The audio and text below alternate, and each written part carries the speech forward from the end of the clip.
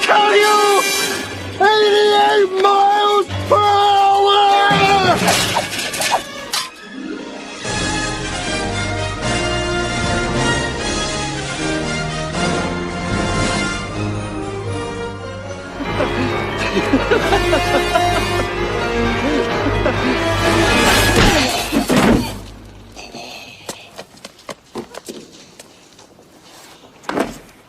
Are you okay?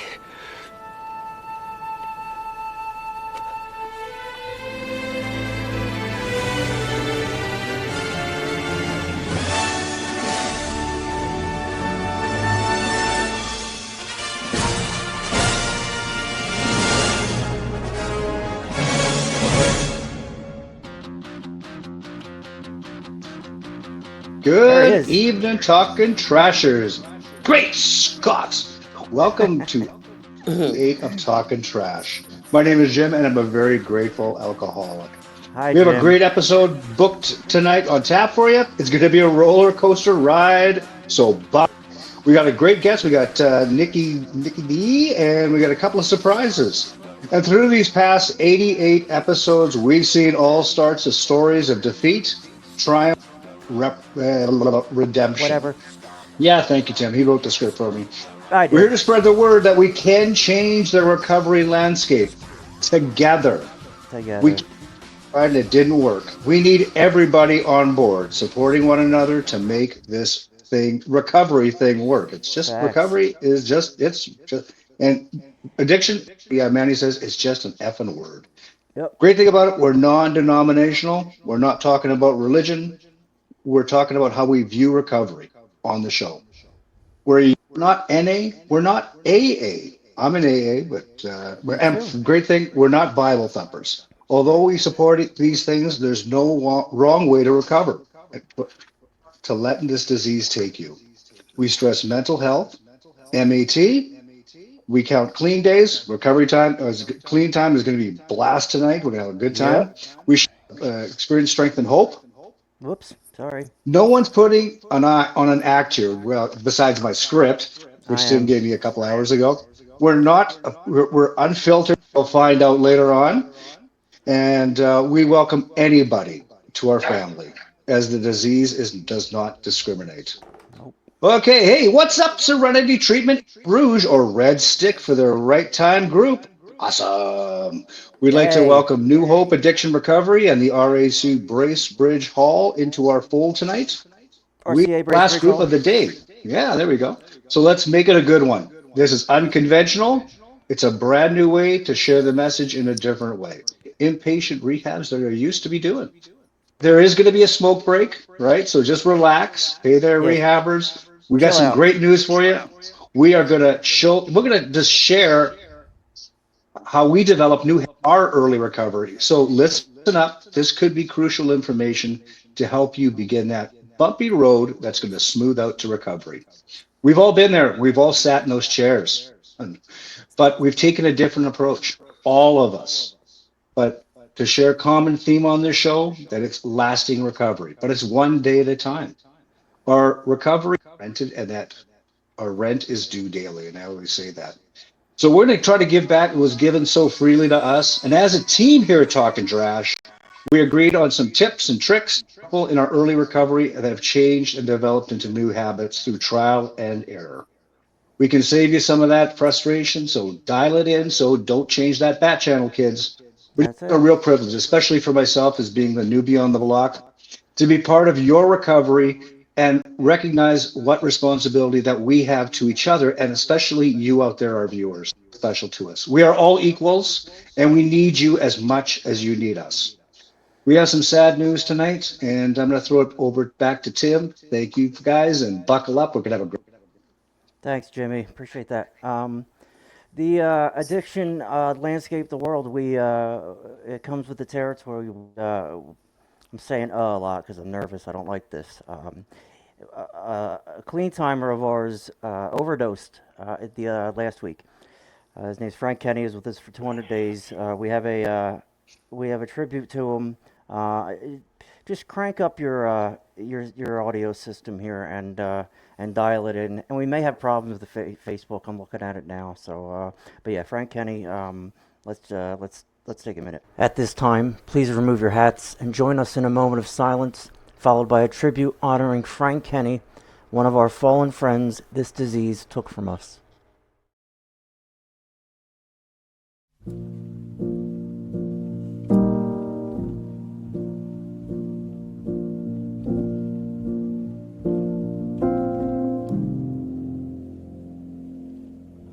When you walk through a storm, hold your head up high,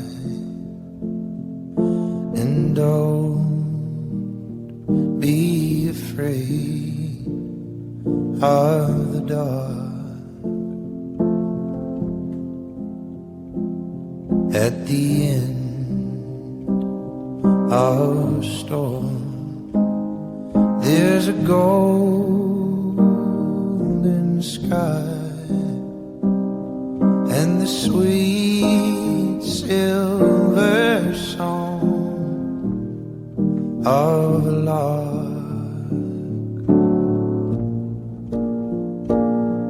Walk on through the wind, walk on through the rain, though your dreams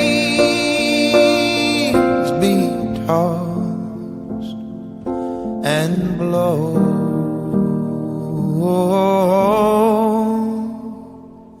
Walk on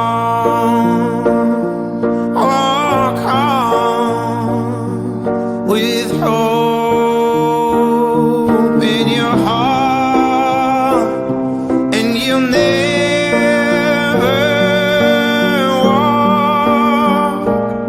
alone,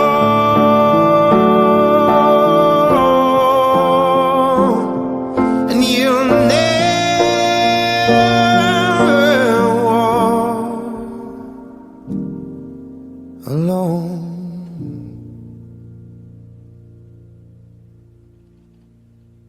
You're never alone when you're a part of our family.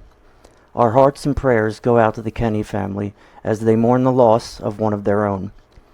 In addiction, these things unfortunately come with the territory. We grieve Frank's passing, acknowledge its injustice, and know Frank fought a good fight.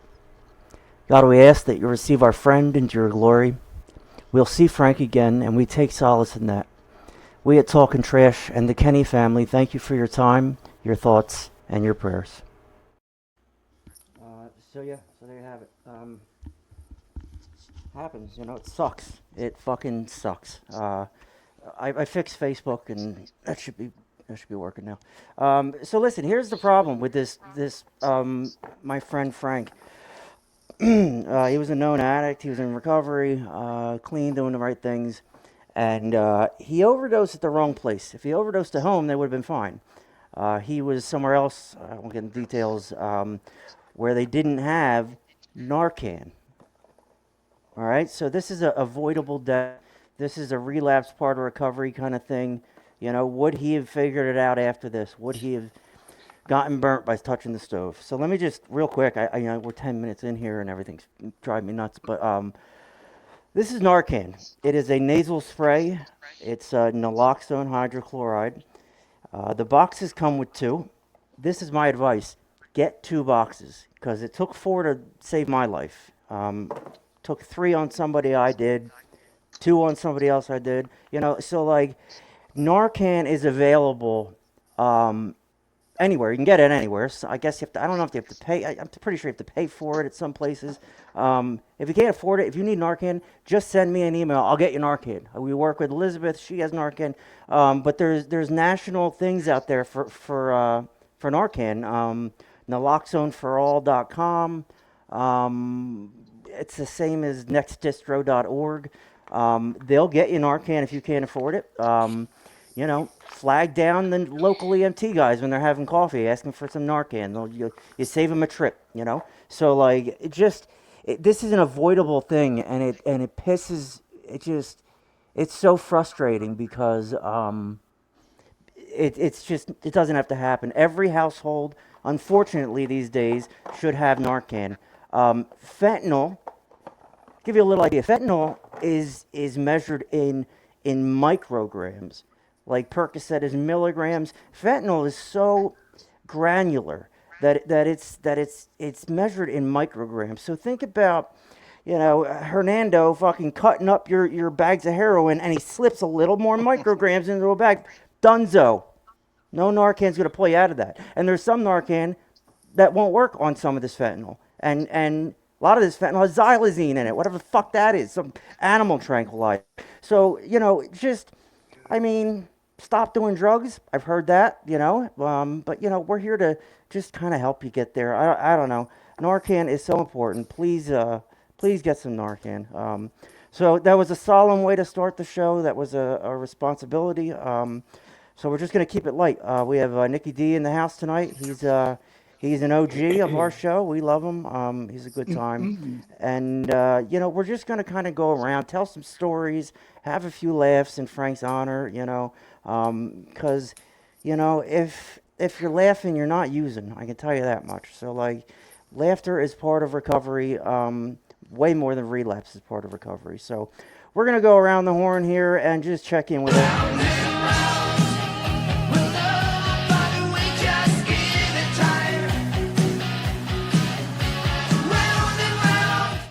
Kaisa, round and round, how are you? Hi, everybody. How are you? I'm Good. doing well, thank you. Hey. Hey. Yeah, life is okay. It's pretty good. Yesterday, I had a full day of lots of meetings and speaker meetings, and then a concert afterwards, and got to go hang out with my sober sisters, Living it up. and it's awesome. The fact that I can go and stay out till 11:30, which is late, and drive myself home, and not be under the influence and crash into people like I did in the past. Remember the drive home, get home safe, and wake up without a hangover, and get up and walk a 10K at 5:30 in the morning. Stop It's showing off. awesome. Oh, A 10K is only 6 miles for you people that are keeping track at home. 6.20. I'm sorry. Exactly. I didn't realize. So, not too far. yeah, I know. That's what I said. I'm like, you walk 10 miles? She's like, don't be an idiot, Tim. I'm like, all right, that's cool. So let's keep going around the horn here. Let's see what's going on with William Douglas. William made a nice appearance on My Fight Our War yesterday. Way to go, Willie. Hey, what's up? Hey, how are y'all? Good. You're echoing. Let me fucking deal with that too. Echo. I know. I keep hearing an echo. Stop. I can't take it. How about now? Any better? Yes. I think it's better. So, Will, you opened Maybe up. not. You did a great job. No, it sounds better to me. You did a great job. 88 miles an hour. You did a great job on Manny's show last night. You told us about your family. I think you have another story for us about family during story time. Definitely. It's my favorite slate that I made. It's called Family Affair. It's going to be a Will Douglas special. Back to the Future. Back to the Future. Get it? You did a great job yesterday. What was that like for you? It was different. It was fun. It's always upbeat. You don't know what's going to happen. So, I mean, being a upper person, that's kind of how I live my life, I mean, you never know which way you're going to go. You just go with it, and see how it ends up. Yeah. Well, I don't know, man. You just I got a lot of feedback. Oh, he's more than just a giggler in the background. I mean, that's important. It's very important. It brings a lot to the show. But a lot of people saw a side of you they liked, and you seem to be opened up. So whatever we're doing wrong on here that's keeping you from opening up, we'll have to figure that out because you jumped on his show. We're not doing nothing wrong. Look at me. So no, you're a staple in our organization. We love you. Appreciate that. Great job yesterday. Thank you. Let's see what's up with Jim Canadian Libel. Hi, Jim. I'm doing well. Good to see you. Yeah, Willie, you did a great job. I was Appreciate it. I was listening to. I was coming back from Melville last night, and I'm like, holy crap! He was like, cut the string already. No, it's wild, man. But I just want to throw kudos out to Tim for that great tribute to Frank Kenny. That he showed it. He gave us a quick preview earlier this week, and it really hit home for me. I lost my wife to alcoholism 11 years ago, and it just took me back to that point in time. And I can't say, well, I know exactly how they feel. No, I know how I felt at that time, and my heart and like my thought and prayers go out to the Kenny family because it's a difficult time. You have all these unanswered questions, But besides that, got back late yesterday, and my daughter called. She did an audition for Cats, and she's a dancer, and she was all pumped. And every conversation now ends with "Dad, I love you so much," and that never used to happen before. So Yeah, I know. thank you, recovery. Well, Jim, thank you for sharing that because when you shared that to me, it made me feel like I felt that with you. Like I didn't sympathize, but I empathized. No, I didn't empathize, but I sympathized with you when you said that it made a difference and it brought you back. And like that's it's my privilege if I get to do things like that. Making that video was the least fun I've ever had editing. I can tell you that much. But Well, you and know for our what? viewers out there, it's not just fentanyl or meth or cocaine. It's No. alcoholism. Your addiction Yeah. will take you if not kept in check. So yeah, that really that was a real. I really appreciate that. So thank you, Tim. Well, it's cool because I consider you part of our family now. So like that pain that you Aw. have, you lost your wife. I lost your wife too. And I didn't get the privilege of meeting her. So like, we're family. It's we're blessed to have this. So let's bring on this guy. He's got a big beard. He thinks he's cool. His name is Shut up. Nicky D. How you Happen. doing? What's going on, buddy boy? Hey, nothing. Just chilling, just hanging out in Florida. I don't even know what day it is anymore, to be honest. It's I'm all the s- same. yeah. But I'm down here in my mother's room at the house. But it's good, man. Everything's good. I can't complain. I mean, beautiful tribute. It's try not to get emotional when you hear things like that, even though I haven't, I never knew him or anything like Yeah, that. but But yeah. it's another loss, so it's never a good sign. It just shows that, even though we do have a good time on this show, it shows the seriousness of what we go through, you Yep. know. But Yep. but other than that, man, I'm living the dream, brother. I can't complain.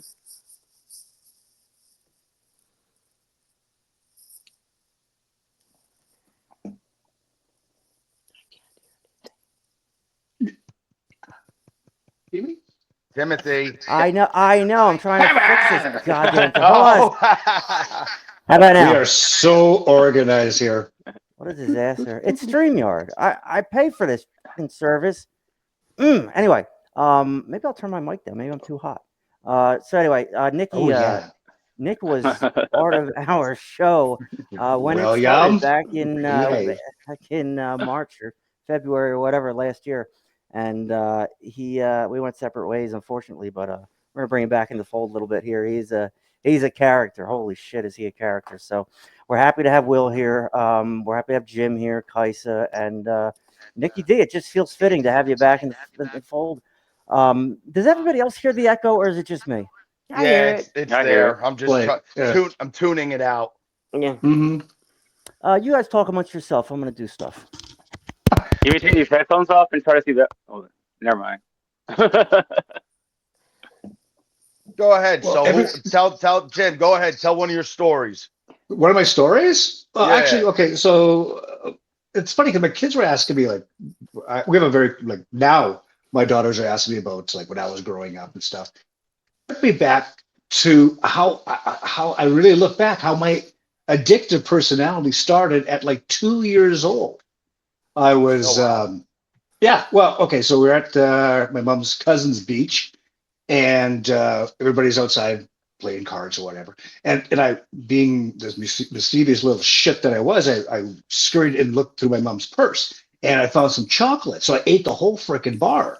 Great, it wasn't chocolate. X-lax. So they rushed me to this little town, and they had to use a hand pump my stomach. So to this day, if I see a doctor or anybody with a white coat on my desk, I just crawl the fucking roof. It's just like ah. So that's where my addictive personality really got a kickstart. It just kept on going from there. Yeah, Mm. yeah, that was a gooder. 2 years old. So thank God she didn't have any meth in her purse.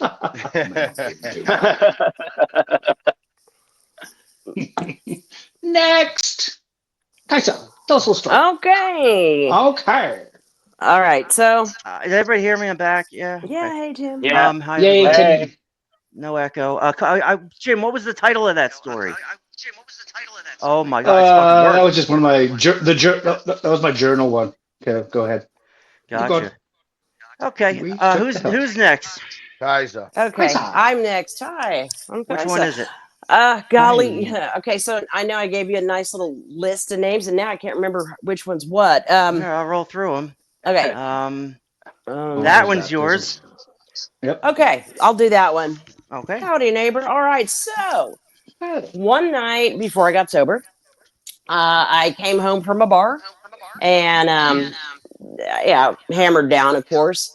And I live on a cul-de-sac, and I had some new neighbors that were having a party. Well, they all they all park like this down the cul-de-sac. So I didn't have much room to get to my driveway, but I had enough room. So I decided that since they were new, I needed to tell them about themselves and be considerate of others and don't park there. Well, I was lit up like a Christmas tree. Checks And out. I go and I run over there and I knock on the door and he opens the door and I'm like, howdy, neighbor. Guess what you're not going to do again, okay? And so I tell him about, look at how you do this and you're blocking my way to get in and out and all this stuff. And he looks at me and he said, you want some fajitas? And I'm like, and I look over Fuck and yeah. they have this huge spread of Mexican food. I'm like, Jesus criminy. So I go over there and I take two plates, because my mom was here and I'm like, well, I'll just take two, right? And he's like, sure, take as much as you want. And I freaking stacked so many fajitas and tamales and you name it on these plates. And then I'm like, oh, thank you. And I walked home, left my truck in the street. My other neighbor comes over and she's like, Miss Kaisa, would you like me to pull your truck in the driveway? I'm like, sure, okay. Okay, so I come in, chow down, and then so eventually I get sober and I'm thinking, okay, I need to make a living amends to my neighbors.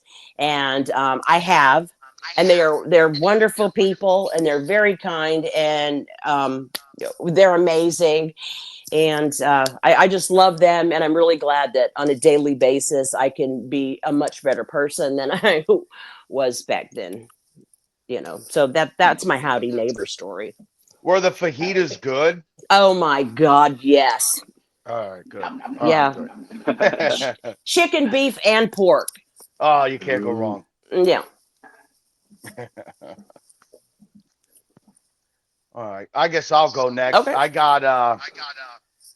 I'm not exactly sure. Like when I was told about stories, of course, I'm like thinking about all these like scenarios with drugs and whatnot. But I think that my addiction back when I was younger, I used to love to steal. Uh Mm. so I used to Mm, have I was a pretty naughty Nicky. yeah, well, I wasn't always this angel that's here now, but Oh yeah. Don't choke on your I halo. so I'm gonna go with like the neighbor theme. So I remember it was Halloween and me and this kid Dave were walking trick or treating with our pillow sacks with the candy. We had to be like 13, 12 maybe. So we're walking around and I remember somebody had like a bunch of soda in the front of their one garage. So like everybody's over here. So like I ran to the garage and I put 2 6 packs of Sprite in my bag, right? And then we keep going on. And like 5 minutes later, I totally forget that I put the soda cans in there. So this kid hits me with his bag of candy. And it's my buddy Dave. And I didn't know. So I turn around and I go to whip him in the head and I forgot. I knocked the dude out. He just went flying. I knocked him out, and they're like, "Oh my God, what are you doing?" And I'm like, "Oh shit, I forgot. I got 2 6 packs of Sprite in there." Oh, it was not good. I haven't thought about that story in like 10 years. Nice. I mean, Is We Tim can't talking hear again? Tim again. Yeah, can hear. I don't know. Okay. Will, go ahead. Well, you go All ahead. right. Yep, We'll your figure turn, it All out. Will. right. So, actually, kind of leaving Las Vegas, but the first one is the first time I lived in Vegas. I went out there and I was working, doing everything I was supposed to. My dad lived out there, my brothers lived out there, and but I ended up I had a good job on the strip as a server. Well, that lasted for so long until I started getting high all the time. Well, of course, I went MIA, out there and hanging out and partying all the time. And my mom was like, I did not know that she was about to get on an airplane to come out there to get my ass to bring me back to Florida. Well, I decided on my own. I'm like, hey, I guess I'm ready to go. Go back to Florida. And I've been out there for like a year. So I had a friend that was going to ride with me back from Las Vegas, driving back to Florida. Yeah, back to Florida. And so my dad gave me money, his credit card, and everything. And we stopped and got food for the car, whatever. And I just had this feeling that we would not make it to Florida. You know what I'm saying? Well, we started driving. Of course, first thing I had to do was, we bought like a shitload of dope, to take with us. So we got high, and so we're driving, and I get into Arizona, and I don't know if you've driven through Arizona, but I run out of gas. And at an exit, well, the exit, you can go up the exit, and there's nothing there. There's a gated fence on one side with something way down the road, but there's nothing there. It's that overpass bridge. It's just a road to get up to where that is, and you had no cell phone service or anything. And I was right there near the ramp, so no one could really see us. I was literally stuck there with my friend for about 2.5, 3 days before we were finally able to get. We were in the car, eating, sleeping, getting high, waiting for somebody to find us. Finally, someone came and gave us gas, and of course, my battery was dead because it was freezing.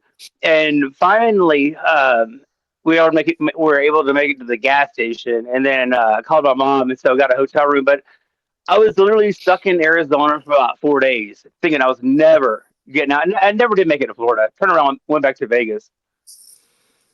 But yeah, that's my story. No, we can't hear you, Tim. He said, keep it rolling. Keep rolling. Okay. Keep it rolling. All right. Well, somebody bring up a topic. What do you got? Who's What's next? on your mind? Jim. Are you doing Jim. stories or? Oh, now we can't hear Jim. Jim, you're muted. Oh my God. No, now I'm unmuted. Okay, Tim, can I go? Yeah, go ahead. We are so organized. Okay, this is my baptism story. So my daughter, who's now 29, when she was born, we got English. My wife's parents are from England, so they came about a month later. And my father-in-law is like this typical Basil Fawlty type guy, just hilarious as hell. And so there was a pub just down my printing shop. And I would be a regular, but my father-in-law Phil became like what the hell was his name? The guy from Cheers. What the hell was his name when he walked in all the time? Cliff. Anyway, Norm. So he was the norm. Every time Phil walked in, the whole bar would turn around and go, Phil. And I'm like, Jesus Christ! I've been coming here for 20 years. So anyway, long story short, we had a baptismal party at our house, and not to our knowledge, we were picking up a keg. Go figure. To this baptism, and we didn't know that the bishop supper. So my father-in-law and I were getting just pissed, and I'm driving home like a pirate, one hand down this icy streets, and we get home, and this was like 112 pint keg, like it was heavy. So we both got it's slippery than hell, and we both fall. The keg goes up in the air, and we both slide under the car. And the front door opens, and there's the bishop, my mother, my mother-in-law, my wife, my mother, my dad, and it's like, and he looks at me and goes, I think we're in a bit of a jam, lad. And I'm like, oh, no shit. Yeah, so, and it just continued, but we finished the entire night. Mostly because the bishop, he drank it all. I didn't have any. Shit. Yeah. Can anybody hear me? Yeah. Now we can hear you back. Woo! Thank God. What a fucking disaster. Hey, it's All the still recovery echoing. centers have changed channels. They're watching Bewitched now. So here, I have a theory. Hold on. You may turn off my headphones. I bet you won't hear the echo. Nope. Do we hear an echo now, ladies and gentlemen? No. We don't hear an echo, do we? So it's all your fault. It's because Jim is muted. Jim's fucking goddamn Bluetooth head. Take those things out. Take them out. That's our echo. It took me. No. I went through. I almost brought out the Xboxes. There's an echo. Let me take care of that. That's Jim's muted. There goes the echo. So this has been going on for about 10 episodes. My troubleshooting should have started with. Well, he's back. My troubleshooting should have started with Jim. Yeah, I'm muting you because. Watch, ready? Something with Canada. Now I can hear Jim. that. Yeah, right, and we can all hear an echo too. Well, see, this what I take out of this, I relate this to addiction, right? There's a problem, right? And we have to get through this. So the solution is don't get high, don't use, fix the problem, and everything is better. That's a great point, Nick. Let's talk a little bit, see if we still have an echo. It's as a learning experience. Better. Yep, there it is. It was you. I should have just started with you. Anyway, Facebook is down. That's back up. Users we're starting to get some traffic. All right, so let's. I don't know where we're at. What the hell's going on? We told our stories. Telling stories. All right, I got a story. Okay. This is my story. Run it. It is called The Guilty Hero. So little Timmy was delivering his packages one day in Lakewood, New Jersey, and I do a couple stops. I go down the road, and I see in my rearview mirror that there is just smoke billowing from this house down behind me. So I'm like, my hero instinct kicks in. You know what I mean? Because that's ingrained in me. I'm a hero. So do I sound good? I don't even know. Headsets. So you hear me okay? Yeah, you're fine. Yeah. So I hear this. So I grab my fire extinguisher and I run down there, and I try to put the blaze out. It's like the mulch in front of the house, and it's not doing anything. And this is a Hasidic Jewish community, so the crowd starts to, like they're all watching me run around. I go around the back of the house. I get a hose that's just not long enough. It's just about 10 feet short, right? So I stick my hand in it. Yeah, right. Tell me about it. So I stick I stick my thumb in it to make. That's what she said. To make it, squirt. And you are just walking into this. So I'm trying to put out my thumb is bleeding. I've cut all the way down to my bone with the ring of this fucking hose, and I get the fire down to where like I can see the front of the house now, and I go in and there's a little kid standing there in diapers. He goes, "Where's my mom?" I'm like, "I don't know. Where's your mom?" So I grab the kid. The fire's getting bad again. And I'm like, "Is there anybody else in here?" He's like, "My brother and sister." I'm like, "Oh my God, where are they?" You're like, "Upstairs." It's an infant, 3-year-old, and he's like a 5-year-old. So I got all three of them in my arms. I run out the front door. All the hairs burn off my arms. And all these Jews are watching me, just like it's entertainment while I save these 3 kids' lives. I walk out the front door. I put the kids down. My shoes are melted. My arm hair is gone. My eyebrows are singed. I'm burnt. I'm cut. I'm bleeding. And so the fire department holds me there. They want to talk to me about what's going on. And I'm sitting there. There's literally 100 Jewish people just standing around. And I'm like, where were the parents when this was all happening? That's the thing.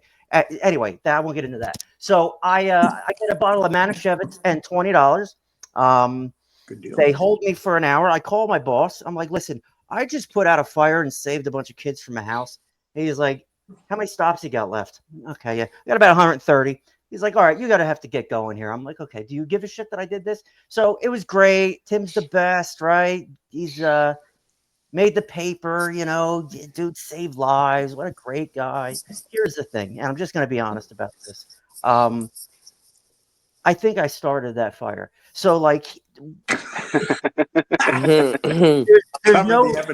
there's no reason their mulch should have caught on fire, right?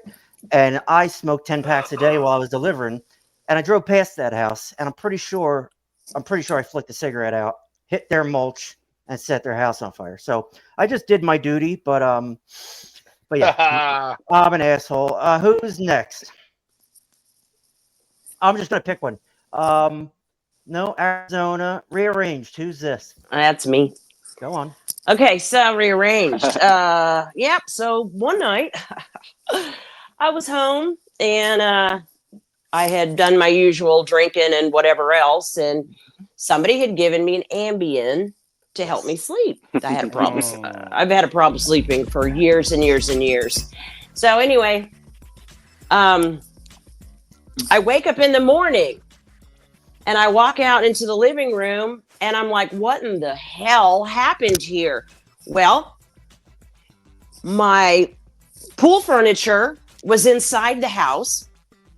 My furniture, except for the couch, because I couldn't get it out the door by myself, is what I'm thinking, is outside.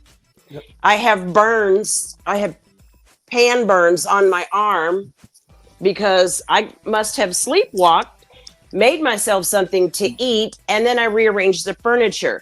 I took the garden furniture, brought it inside, and put the inside furniture outside. And there was also a pile of dirt in the middle of the kitchen floor.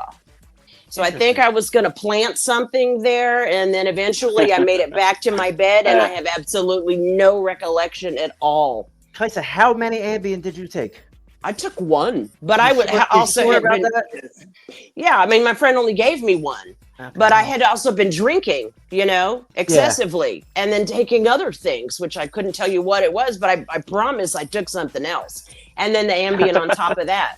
That reminds me of a time I was on Xanax, and I'm shopping at ShopRite, and I'm with my friend who's not messed up, and I remember flashes of him laughing, and I'm like laughing, and we're like doing stuff, and I'm checking out. And they're like, that's $475.98. And I'm like, whoa, okay, I'm sober for a second here. Why is it $400? I give a credit card, go back to my apartment. I wake up the next day. There's plants. All my light bulbs have been changed to party bulbs. They're all green and blue. And I don't know. I just that was my Xanax story. So yeah, very similar. I get that. Will, what's your family affair? All right, so another story of leaving Las Vegas. So when my dad decided he was moving back here to Georgia, and I was living with him at the time too. So we decided to get a pod and pack up the pod, and we were going to take our time driving back across country. And of course, so I ran to our dude, and we got like an ounce of weed, and then I went over to the head shop and got a can, like a WD-40 can. We could unscrew the bottom up. Yeah. And we put like half of it in there, and we leave, and like I have my bowl and whatever on my side of the car, he has his, We stopped in Texas, where like on 10, because there's supposed to be like a really bad storm up in Oklahoma, and I remember you could see Juarez from like where we're eating at Cracker Barrel. So we leave there, and like nice and high, driving whatever. We're both hitting the pipe. And my dad was talking to me, telling me a story about how when he was the only time he'd ever been searched by a search dog. Well, of course, he had to say that, So we're going down 10, and then all of a sudden, my dad's like, "What's that?" Can't be a way station. I'm at maybe a way. No, that ain't a way station. He's like, "Well, what do we do?" I'm like, "Here's your fucking pipe." You know what I mean? There's nothing you can do. We pull up, and then like before we could even stop, the border patrol guy told us to go over there and park, So we get out of the car, and so my dad's like he's a total stoner. Like he's like little, he go to the Army Navy surplus store and get those little matchstick like containers, where like he waterproof, and he'd keep weed in there. I mean, like everywhere. Every time the would go through the car, he would find like a little bit more. And finally, he was like, "If I find weed one more time, I'm about to strip the whole entire car." So anyhow, they didn't find the WD-40 can that said $14.99 on it that had a half ounce in there, but they found the rest of it. But they put us in a holding cell in the middle of the highway for 4 hours so we could wait on the state patrol to come. And all they did was give him a paraphernalia ticket, but still, we both got handcuffed and fingerprinted. And I was on first offender's probation at the time, so my dad's like, "Oh, it's all mine," But we both had to sit in the middle cell. No one knew where we. Phones were turned off, and we're driving back. So it's my dad and I pretty much. We got locked up together, but we didn't. Like I don't know how you'd consider that, but it was in the middle of the highway. We were in a cell with handcuffs, so that's my family affair. Of a story. I'm not gonna get all into it, but it's part of the end of the beginning for me. Divorcing my wife, all kinds of shit, girlfriend and whatnot. I'm up on 287 up north. Nick, you know where I'm at. Oh yeah. I I get back together with my wife. My girlfriend's like out of her mind. She doesn't get it. So I go up there after work to see the girl, to break up with her properly, right? So I get up there and I give her the respect that I thought she was due. And I'm eating a turkey sandwich because this episode's off the rails. So I get up there and I take a few Viagra, but never got to it. Oh, Jesus. No, I mean, this is my life. I'm a disaster. So as I'm driving home, I'm driving our car, our envoy or whatever, and I go to get something out of the glove compartment, and out falls all these fireball shooters. Now those are my wife's and her boyfriend. It was a fireball fucking thing, whatever. So like that was the previous 6 months. All these shooters come out. I'm like, all right, well, I'm cool. I can hit a couple shooters. I took 2 of them, and apparently Viagra is a vasoconstrictor. So like I checked out. Like all I remember is weaving in and out of traffic on 287 up in Plainfield, New Jersey, like 80 miles an hour. And I'm not proud of this. Like I could have killed 10 people that night. Weaving in and out of traffic, just everything's cool. Crash into the guardrail. And it was like that was normal. That's what was going to happen. I was going to hit the guardrail. I'm fine, everybody. I'm out of the car. I'm yelling for my wife. It's just me cheating on her, And I'm like, man, where you at? I'm like, my wife. They're like, no, buddy, you're the only one. I'm like, all right, I'm gonna drive home. The wheels are like out like this. The car is not even movable. I'm out of my goddamn mind, right? So here's my point: is what Will said. They take me to the hospital. First, I realized that I'm handcuffed to a hospital bed, and I'm looking at my phone, and like my wife is coming, and my ex-girlfriend's coming. It's not going to end. Right? So I tell the cops, I'm like, you guys, don't worry about me. You're about to have a problem out there. And they caught it just at the last second. But here is the crazy part of the story. The state police come. They take my blood about 8 o'clock at night. The girl fumbles with it and drops it on the floor, and the vial breaks, right? They next take they're waiting for their test kit. They next take my blood at 4:30 in the morning, and I'm a .06 at that point. So I didn't get a DUI for that, believe it or not. Great job out of you, Tim. I know you got to, you got to be a good person in this Great life job. For things to go great. So yeah, that was the end of the beginning for me. Nick, you got anything fucking ridiculous? I'm sure you do. Check. I mean, there's 2 pretty solid ones that come to mind. I'm gonna go with one where I thought it was a good idea to chest bump a police officer while drinking. Well, at the time it felt like a great idea. My buddy Martin, he was always the DD, and he was a little bit slower. So like we always got pulled over, and every single time it was just town cops always trying to be, just show us who they are, regular shit, you know what I mean? Plus I'm getting high all the time and drinking, so I hate the cops, so that's just how it went. So he would always get pulled out, and it would always be by like the same guys, right? So this guy, it's funny because he actually has the same last name as me, so I tried to convince him we're cousins somehow, and then it didn't work. So like I start going nuts on him, right? And he comes at me, and I just give him a nice little chest bump, and he goes flying. So I'm like, oh fuck, I just fucked up. So I start walking, and he's like, yeah, you better walk. And I said, you know what, fuck you. So there's construction cones. So I start throwing construction cones into the road. And I live behind the building where we're like parked out. So I'm like, I'm on the phone with my mother, and I'm like, hey, Ma, listen, I need you to call a lawyer. And she goes, why? I'm like, he's running pretty fast, but I'm getting arrested as we speak. And he's like, hands behind your back, blah, blah, blah. So I go, and we're literally right in front of the police station too. So it's like all in the same parking lot. And then he puts me in the holding cell, and it just so magically happened that like my stomach started to bother me and I started getting nauseous. So I had a mixed amount of movements in the holding cell throughout the night. So he started he started talking like all this shit, and I felt bad. I'm like, I don't want to take a shit and then or throw up. And I'm like, you know what? Screw this guy. I threw up all over the cell, all shit all over into the You are bathroom. And disgusting. it was a bad point in my life at that very moment, you Oh, know. really?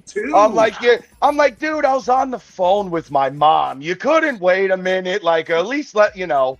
Said that's Unreal. so embarrassing, blaming the cop and all that. Oh, But it was a small police station, so I know they felt the impact of my decisions Yes. throughout the night. Yep. So I also got 3 charges of disorderly conduct, but you know that went away after 10 years. No big deal. Yeah, no sweat.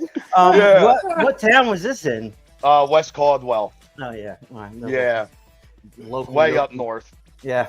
Yep. Oh my God, that's great. Yeah. Like I've only been to jail once, and it was because I had a failure to appear or something, and I don't know. Walked in there, they saw I'm an animal. They gave me Valium. I woke up. They discharged me. I like jail.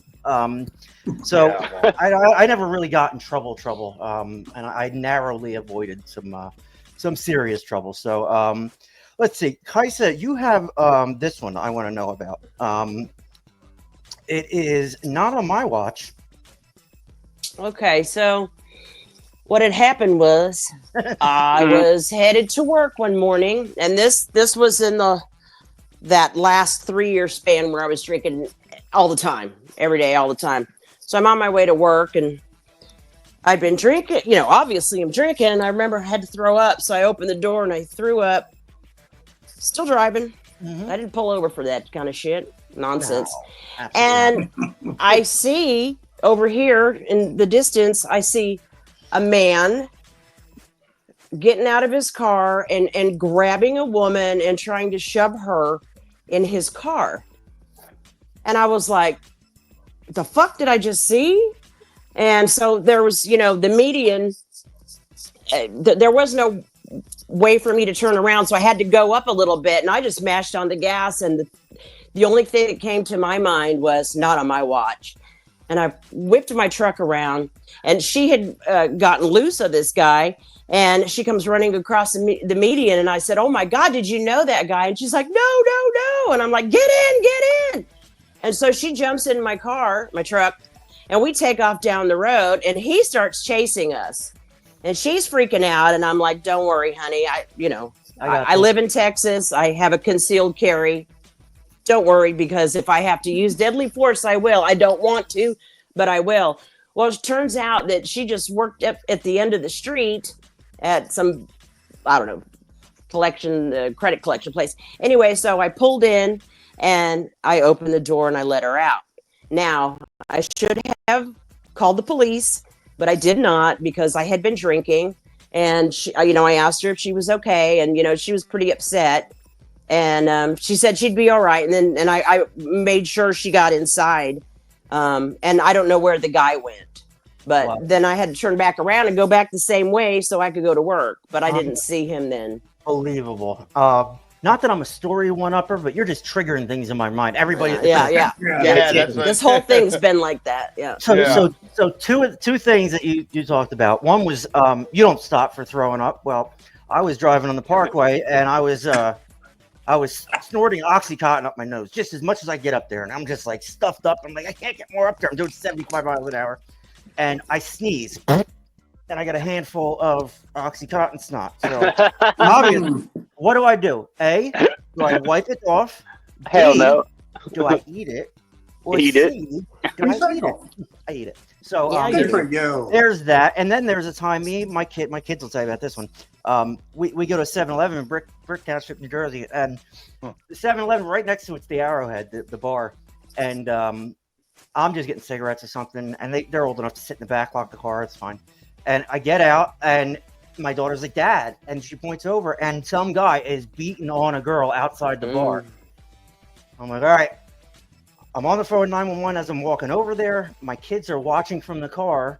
I get the guy off her, and he continues to beat the shit out of me for about 15 minutes. So I got the living fuck kicked out of me instead of this girl. So my kids are watching in horror from the back seat while their father's getting the hell beat out of them, and the woman gets away. So anyway, that's it. I don't know. I'm a hero. You know what I mean? I save lives. You're a real life superhero, real life daredevil. You Yeah, are. I You know can't that. help it. It's in my blood. You know what I mean? It's funny. Marlon Russo. I gotta stop. But Marlon Russo just jumped on. A friend of mine from UPS, and he ran over somebody on a bicycle after his shift, and I was there. So I run out. Better make sure he doesn't work for UPS still. Well, that's the first thing I told him, because all the Jews start coming around taking pictures. I'm like, dude, take your uniform off, right? His windshield spidered. This guy, he was on a bike. He hit him at 50 miles an hour. The guy was like half dead in the middle of the road. I get there right after it, and I stand next to the guy, and I look up, and cars start weaving around me. They're breathing me. You know what I mean? And they don't stop. Yeah, but if I wasn't standing there, they're driving over him, right? And my dude that hit him is in shock. He's just like, I don't know what's going on. He's watching right now. He's a good guy. He hit somebody. His little Acura Integra or something spidered the windshield. This dude was drunk on a bicycle. Whatever. It's Lakewood, New Jersey. It's a Tuesday in Lakewood. So yeah, there's another time I just put myself in harm's way. I think I actually just want to die and do it as a hero. Whatever. Dramatically as possible. Right? Exactly. If I'm going out, I'm going out. I can promise you that. That's going to happen. Jim, this is all full of X-Lax, believe it or not. It says omeprazole, but... Hey, back in 1965, man, this game looked like a chocolate bar, okay? Yep. X-Lax. Yep. Does it say CL on it, like this one? It's excellent. Looks familiar. Bringing back the memories. Yeah, here's Marlon Russo. He goes. You feeling hungry, Jim? I'm waiting. Marlon's verifying my ridiculous story. So what else we got going on? We're all idiots. We cleared that. We don't know how to run a podcast. We figured that out. What else we got going on? I don't know, do something different. Read Daily Reflections. The Daily Refraction? Yeah, we might as well. Bring her on. Jim, do you think you can do it without destroying the entire program? That'd be helpful. All right. Yeah, I love it. All right, kids, here's your Daily Refraction. All righty. For March the 2nd, 2025. Do not be discouraged. From Alcoholics Anonymous, page 60. That was a short one. Yeah. Yeah. Few experiences are of less value to me than fast sobriety. Too many times, discouragement has been the bonus for unrealistic expectation, not to mention self-pity or fatigue from my wanting to change the world by the weekend. No kidding. Discouragement is a warning sign that I may have wandered across the God line. The secret of fulfilling my potential is the acknowledging my limitations and believing that time is a gift, not a threat. Hope is the key that unlocks the door of discouragement. The program promised me that if I do not pick up that first drink today, I will always have hope. Having come to believe that I keep what I share, every time I encourage, I receive courage.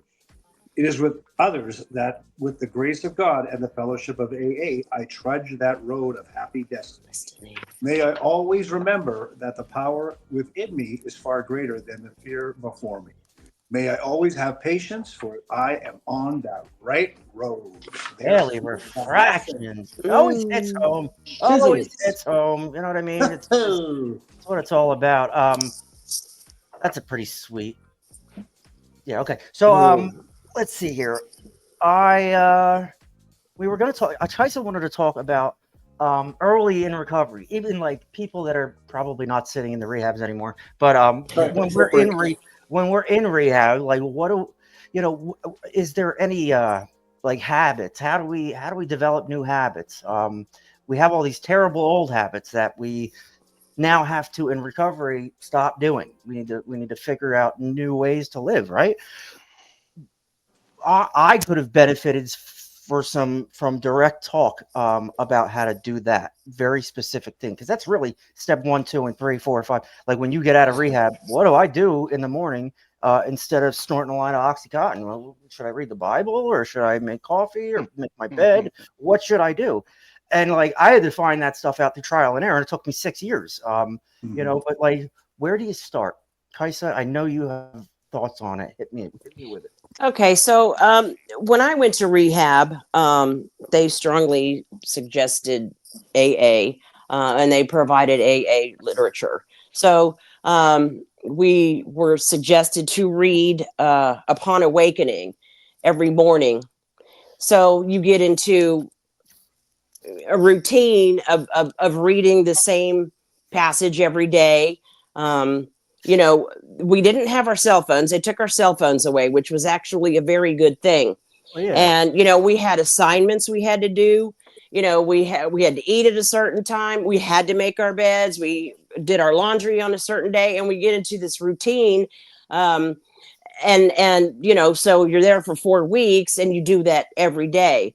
And I know that I needed that because I used to read all the time, and then all of a sudden one day I never read again until I got into rehab. And Mm-hmm. I was told, here you have 30 days to take care of you, to do you. So my mindset, I was like, I was going to do whatever it took. And and that meant, keeping my mouth shut, not getting into arguments, not acting the way I used to act, um, listening to what they told me to do and doing it, no matter how it felt. If I didn't like it, I did it anyway, um, and I read and I did my assignments. And, when my visitors came on, Sunday or whatever, we had our couple hours together, and that was great. I did everything they told me to do, um, because it was necessary Yeah. for me to kind of rewire my brain. So that's what I did. And I have all these little books. I have a whole bunch more. She's got it And all. yeah, so there's plenty of stuff to read. They got daily passages, just like the daily refractions that Jim reads. Yep. And it really does help, because I find that it doesn't matter what it is, it speaks to me. Every single one of them speak to me. Right, and you're So doing it now through habit. It's habitual, yeah. and you get out of it what you're looking for. Right. I know for me, like I went to that kind of rehab 4 or 5 times, and in I didn't have the willingness you did. Mm-hmm. I was just like, what should I do? Do this, do that, read the Bible, do AA, do that. Well, I didn't know what the hell was going on. But like as for me, what's worked for me is like I do the readings. What we read, I read every day. And I read the Bible. I read Proverbs. There's 31 books in Proverbs. So whatever day of the month it is, I read that. Proverbs 2nd today. And it's just wisdom. You know what I mean? It's just stuff in my head that's not my stuff that I came up with. It's just stuff that's alters my thinking. And so that's a big thing. So like, all right, early on in recovery, you got to start doing different things. Yeah, start reading different things. Oh, get out of bed and make it. I get out of bed, Mhm. I'm half awake, I'm making the goddamn thing, right?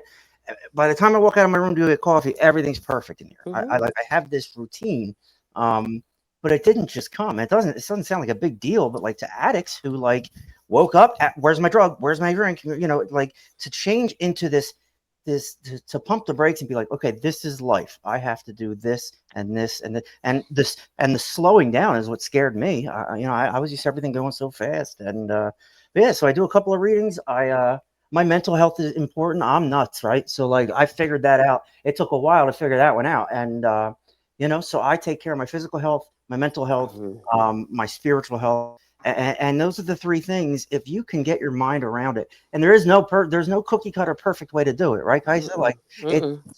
it's whatever works for you, right? And it worked for me. Maybe some of that works for you. Maybe some of it doesn't. Maybe you add something else.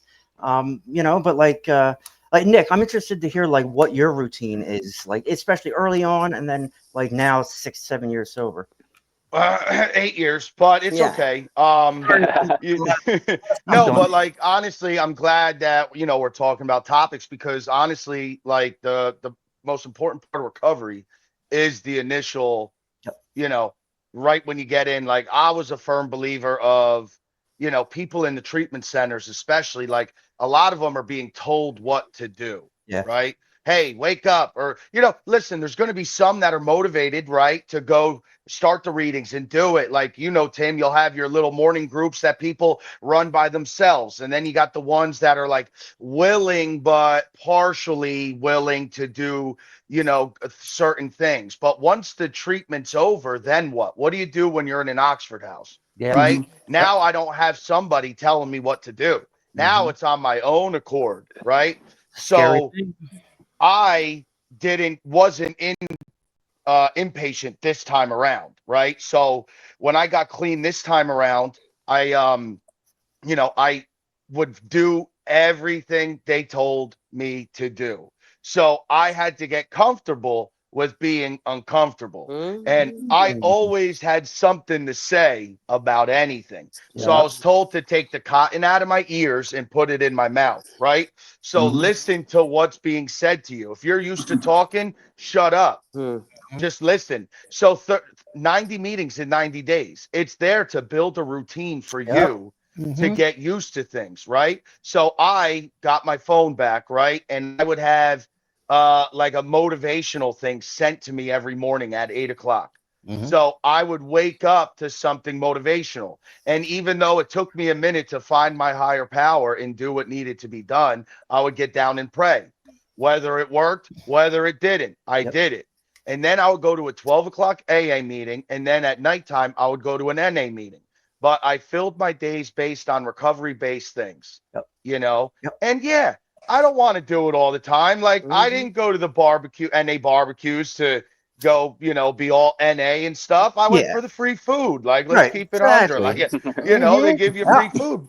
But listen, you end up enjoying what you're doing, Yeah. and then once you're more comfortable with your stuff, within the 90 days, you hit a meeting every day, you have a sponsor, you have a home group, you have a network, you start doing step work. And then once you start engulfing in your feelings and emotions and getting in tune with yourself, it's not going to happen within that 90, but it's the start of the routine and able to get you to keep going. So Yeah. you don't need to rely on anybody else. You're able to do it on your own, Good point. It's hard, but now you have to do it. Now you have to get the NA app, the AA app. Go find your meetings. Take yourself there. Now you're responsible for your own recovery. Whereas in inpatient treatment, you can kind of take your hands off the wheel, and other people are responsible for your recovery. Yeah. Your Yeah. your your therapist is literally responsible for your recovery. Yeah. So whether you're half checked in, half checked out, you're just like, whatever, yeah, okay. Now you're out. If you don't do the right things in that inpatient treatment, I'll tell you right now,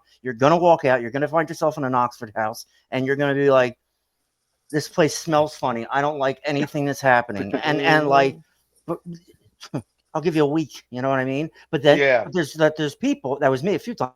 But then there was times.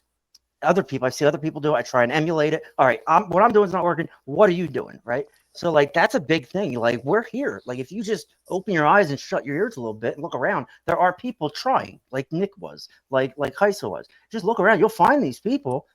Ask them to help you. They may have 5 more days sober than you, but they're doing Yeah. stuff that's going to get them to 6 months, to a year, or 2 years, You lasting know what recovery. it is though? When we worked at that spot together, right? Mhm. You could line up every single person there Yeah. and they could tell you they know what they need to change. Yep. Right? They know, oh, I got to get off Facebook. I got to get off social media. I got to get away from my freaking wife. I got to get out of this job. Okay, you know what to do, but are you actually going to do it? Right. Are you going to take the necessary steps to do what needs to be done? Because if everybody knew what to do, there would be no rehabs. There'd be no treatments. We wouldn't have a fucking podcast. That's a fact. You know what I'm saying? Yep. But it's just everybody needs to know what they need to do and just go do it. Do it. You got to do it. Everybody knows what they got to do. You got to wake up, you got to pay your bills, all this stuff. But like, you don't have to do that. You don't have to do it. You can neglect the shit, and it's going to pile up and bury you. Or you finally start doing what you have to do, and what you have to do is probably not what you like to do.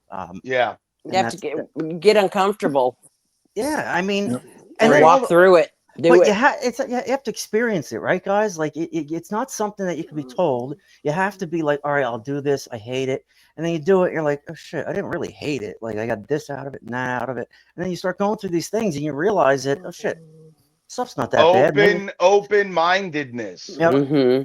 yep. And Nick, Hell yeah. you said it all the time. Open mindedness and willingness, like that's if you don't have an open mind, you're closed mind, right? You closed Yes. mind, And nothing then hits you. you got to be teachable also, you know? Yes. Exactly. Absolutely. Yep. Absolutely. Yes. Bill, you said it right. And this is all ego. This is all our addict ego centric. Like we run everything, and and it's you watch. We're talking about overdose and death and stuff tonight. You know, Unfortunately, it happens, and uh, so all right, Frank Kenny. So say Frank Kenny, he thought he could just do one more, right? He wasn't planning on destroying shit. He was just I was gonna think he was gonna try and do one more. He snorted a quarter of a bag, right? The dude, listen. So like he had it together. He was doing it right. You know what I mean? And he just thought, yeah, just one more, chill me out, enjoy it, won't do it again. And we're not getting those chances anymore. So like if you like the urgency is there, and I know all of us feel it. Like there is such an urgency to get this message across, because if we're not, like it may be the last chance you have on somebody. Mm-hmm. Yeah. It's getting scary out there. It is. Yeah. I mean, everything's different, man. I mean, listen, I've been clean for 8 years, and people tell me like certain drugs they're on. I don't even know. Like, Yeah. you know what I'm saying? Like, everything's crazy. Yep. Weed doesn't cost the same as it used to be from my, people I know through the sports world that are smoking. And I'm just like, dude, it's that cheap now? Fuck. You know what You're I mean? Like, crazy. oh, I you're know. doing this. Like, I didn't even know that's a thing. Like, dude, everything's fucking nuts. I have no You know? desire to smoke weed, but I did it for 20 years, and it was illegal. No. I did it, and I went out every day to get it for me and my wife, and I'm dodging cops and smelling like skunk. And like now, you just go into the store and buy it. Like it's like, Yeah. What the hell happened? I don't know, Nick. Like I just left New Jersey when they made it legal and they opened a dispensary. So I went and I bought a vape thing just to try it out before I get the hell kicked out of New Jersey. And I'm like, this is crazy. I just spent $30 on like, and what I like about the dispensaries is what you're getting every week. Like Yeah. that's the kind. It's controlled. Me, I was getting like one week I'm nodding out from my pot. The next week I'm itchy, and I think I can see somebody over here. So like every week I'm getting something different. I mean, god damn, I missed the curve, man. I grew up in ecstasy, fucking Oxycontin world. Man, if I grew up now, I'd be chill. I wouldn't be an addict. I'd be fine. Yeah. Oh yeah. Yeah. Sure. Yeah. Don't start that, Bill, Tim. Right? Shit. I know. It's poor me. Look at me. Hey, Simon, No, what's up, buddy? What ifs? I know, but like, it's just, I honestly look back now and I'm like, I like myself. Like I went through some shit like in certain times of the world. And me and Will, exact age, almost the same story early on. This ecstasy shit, like, just like it was bad in the late 90s, and there was no accountability. Everybody was, I was getting, said the last show, I was getting Oxycontin. I was writing on my own prescriptions. They started to look bad. The worse I got, the margins are off, and I'm still handing them in, and they're still handing me oxys, and I'm like, oh, what the hell's going on? Next thing I know, I'm in Maine. So like,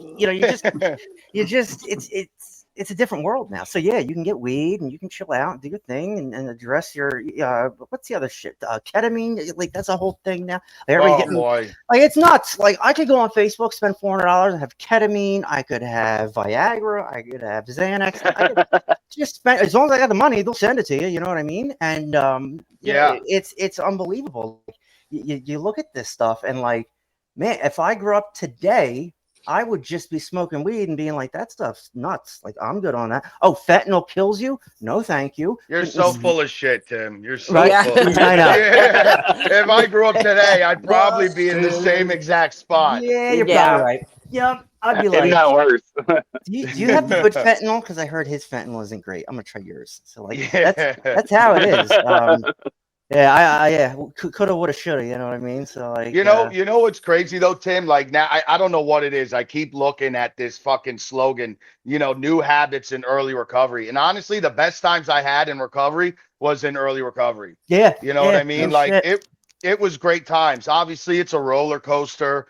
And like, I lived in my Oxford house with, a bunch of the boys. When you think about it, we Yeah. all took it, well, most of us took it serious. We went to meetings. We lived by the beach in Atlantic City. We had Mm. the girls lived down the street, so we were always checking out the girls' Oxford house. Oh And then yeah. we're going to meetings, we're going to Mhm. IOP together. Like it was a good time.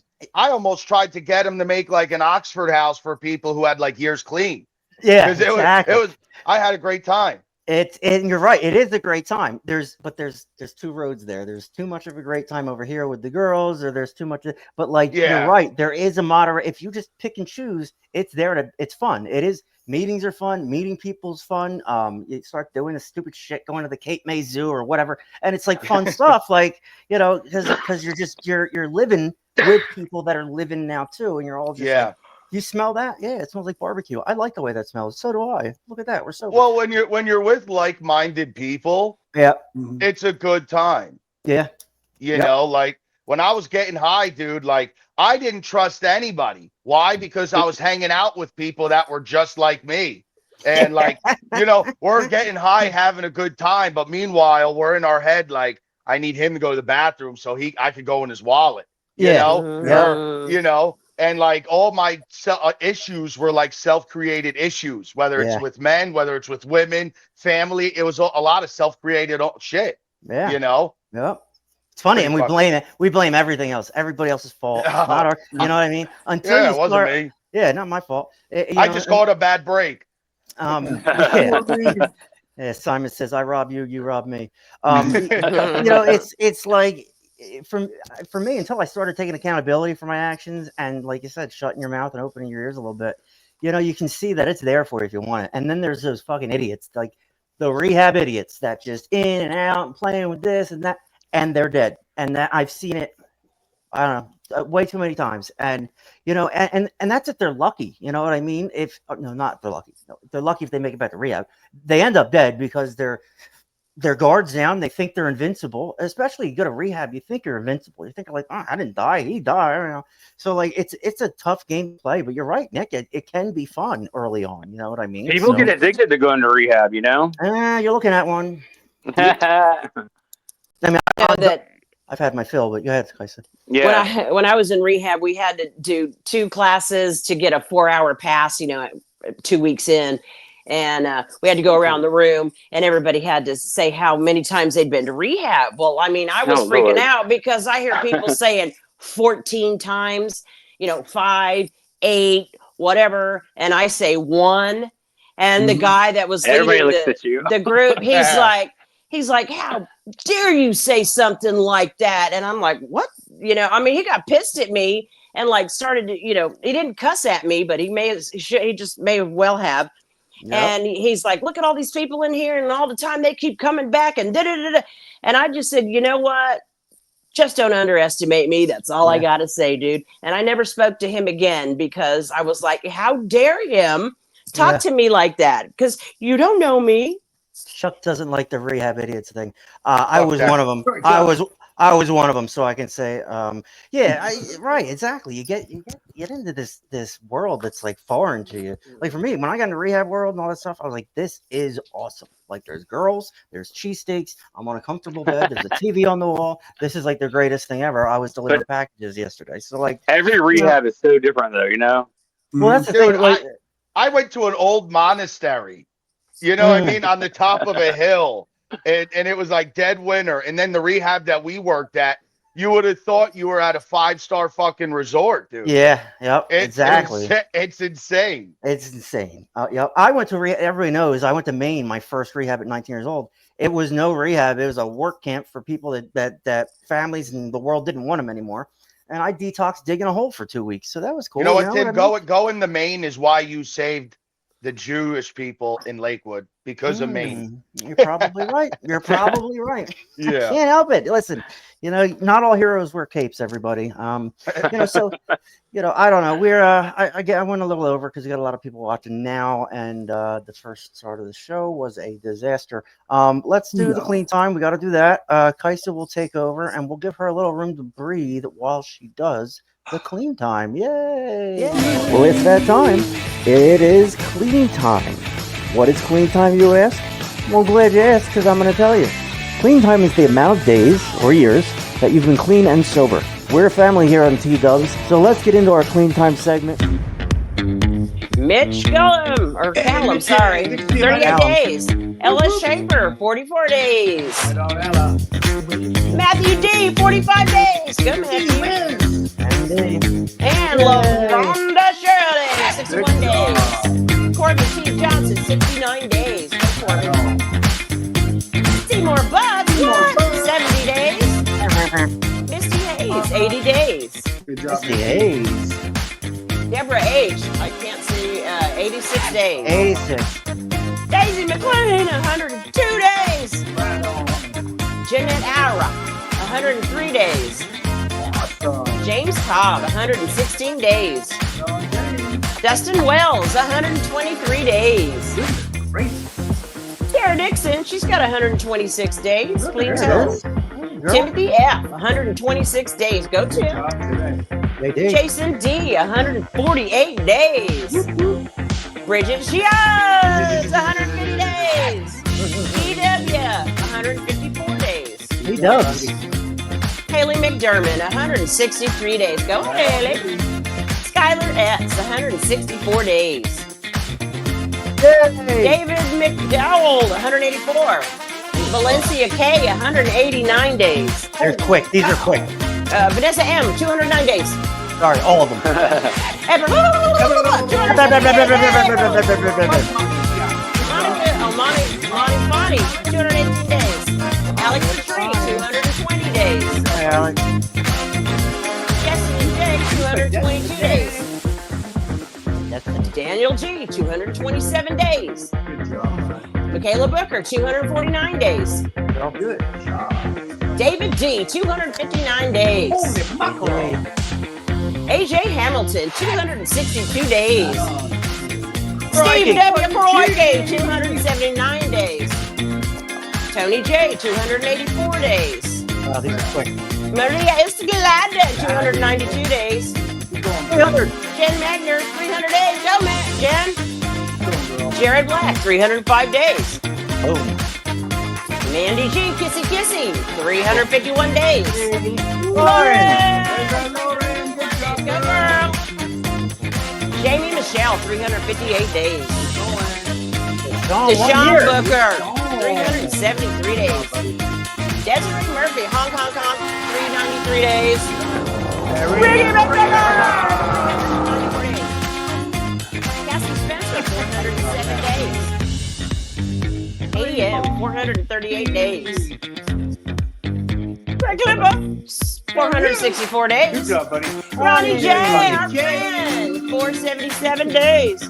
Colby J, 478 days. Good job, baby. Will. Will, 500 bodies. Timmy, 606 days.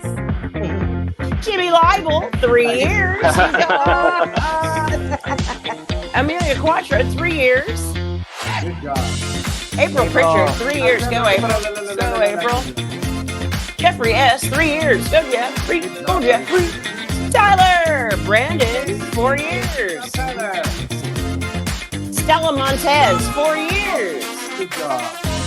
Ron Manny, he's got 8 years. Oh, he doesn't. Oh, there's Kaisa. Keisha, what the hell? Simon Cross, 6 years. Tina C, 8 years. Go, Tina, that's our girl. That's our Nick, 8 years. You go, Nick. Oh shit. Neil K, 13 years. Good job, buddy. Ryan K, 26 blessed years. Most important person in the room. That'd be the newcomer, Ricky DeMarco, 9 days. Anthony Seals, 15 days. Welcome back. Welcome back. Michelle D, 20 days. You go, girl. Girl, Alex M, 29 days. back on the horse.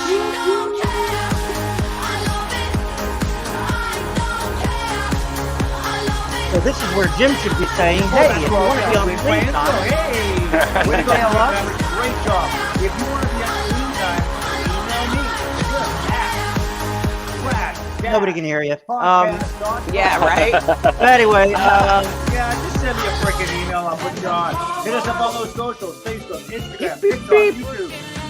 Carrier pigeon. Come on, get on down that car wash. all right, forget it. I can't. Oh my God, this guy. That's crazy. The air thin up in the fucking So vagina. email is Jim at dash All right. cast dot. Well, that all checks out when exactly your how it cards should and have for letters. tonight. Oh my God. Okay, I Just did a as we quick scripted. tabulation here, kids. That's Unbelievable. Jim's filling the shoes. 125.7 years of sobriety in our Say it clean time. again. 125.72 years of sobriety in clean time tonight. Hell yeah. A lot. There you Yeah. go, kids. We It usually can be have done one day at a time. So keep coming back, kids. 10. So with Nick, we're pushing 2 decades here. Oh, Yeah? no, I put him in there. I Oh, put him? Hell No, yeah. I'm talking about our panel, our team. We Oh, have I know, about I know. But we have about a decade. Nikki's in there. Yeah, that's a I put- lot of- okay. You think I want to mess with that mofo? No No, way. he'll kill you. He He'll will come No, out kill of you. that no, monitor and no. kick my ass. So this is fun. I prepped for this whole episode so Yeah, much, good and job. it just fell apart. Oh yeah, Jim. Okay. So I'm not really mad at you, Jim, for destroying the entire show. Oh, really? No. So it was so funny. I couldn't figure out the audio. I'm checking I'm trying on my headsets from my Xbox. I'm like doing everything except for muting Jim. I should have known. All right, so let's read just for today. Get the hell out of here. Oh, did I say the guests that are coming up? Or Yes, No, you go did. ahead. Do it again. Do it again. I don't think I did it yet. Yeah, you did. You did it beforehand, I thought. Oh, you did. Yeah, Yeah, you did it I thought I beforehand. did it beforehand. Okay. Whatever. Do it again. All right. Do it again. Next week is Richie Valenti. He's an animal. He's a good time. March 9th. That's next Sunday. 2 Sundays from now is Manny Vitale. 5 years. Yep. Or what's his name? His thing. Or My fight, or war. our war. Manny Vitale. Lauren Emmett. Sweet girl. She's a sweetheart. She really is. I love her to death. Adorable. Warrior. Absolutely adorable. And Isabella Jennings, new friend, is going to be on the show, sharing her experience, strength, and hope. This is part of the time where we read just for today.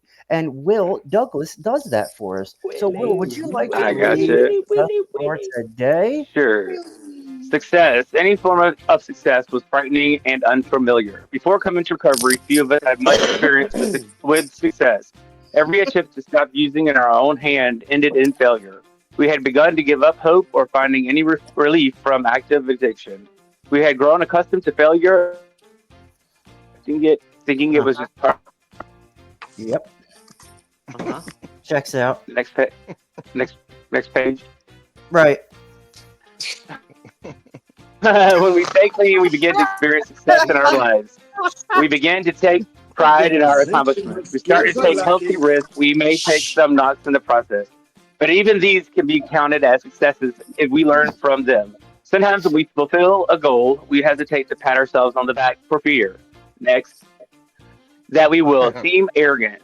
But our higher power wants us to succeed and wants us to share with our loved ones the pride we take in our accomplishments. When we share our success with others in NA, they often begin to believe that they can achieve their goals as well. When we succeed, we help lay the groundwork for others. Any form of success was frightening and unfamiliar. Who follow in our path. Just What are for you today, reading? I don't know. I will take time to savor my success. I will share my victories in attitude or gratitude. Well, that checks out. Went perfect. Listen, I love you guys. You guys are just we went long just because the show's a disaster and I'm gonna have to cut it up and do all that. But You got to cut it. 5 It was- people donating an hour It and a was half. a miracle. It was a miracle. You got 5 people donating an hour and a half of their time to see how tired Nicky is. Look at how Oh, look tired. at him. Aw, oh, Nicky's sleepy. Yeah. We did what we could. We got a good amount of people watching. So so that's really it. One thing, my brother-in-law is an insane person. Just stay away from him if you see him come up on your screen. He's a bad guy. Assholer. Let's see what else. I think that's it. So we're gonna clear this out with a little fun thing, a little something maybe can Manny Vitale says, "Hey there, everyone. Love you guys, and Nick, thanks for being on the show. Thanks, Nanny. We love you too." Thanks, So buddy. we're gonna end it with a little bit something different for episode 88. The guy that played Tannen, right, from the movie, he did something later on in life where he sang a parody song.